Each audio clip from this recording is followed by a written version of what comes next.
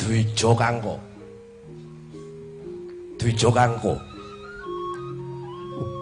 Paduka sinuwun Prabu Matswamati.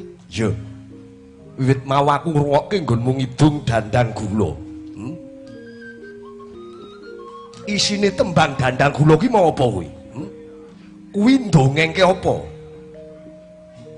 Menika lelampanipun Prabu Nala Damayanti sinuwun.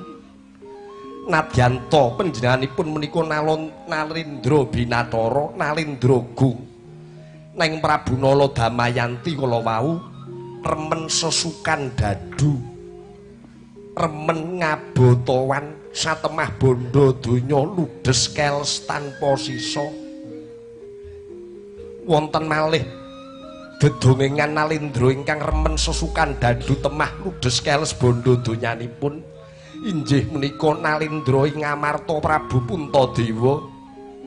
Nalindra Ngamarta ugi nindakaken sesukan dadu teman negari ingkang kencana rukmi. Sedaya kala wau kamprung mamprung tumpes kang tanpa tilas awit kejeming sesukan dadu. Mila saking menika sedaya sinuwun paduka sinuwun Prabu Matswamati. Wis aku ngerti. Aku ngerti apa sing dadi kekarepanmu. Kangko, kowe bakal menggak aku ngono apa piye? Kowe arep ngelingke Ratu Wirata. Iya.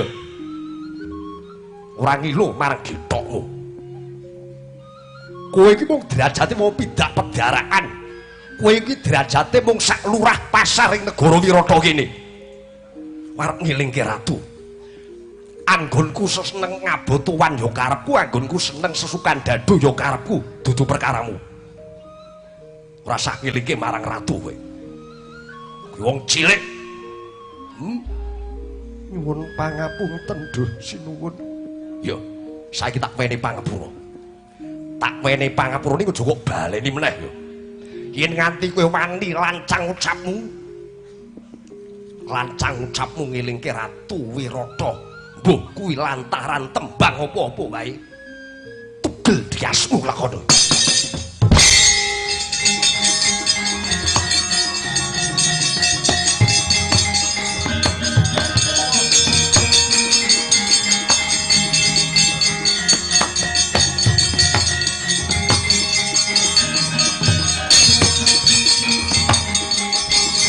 Sinuwun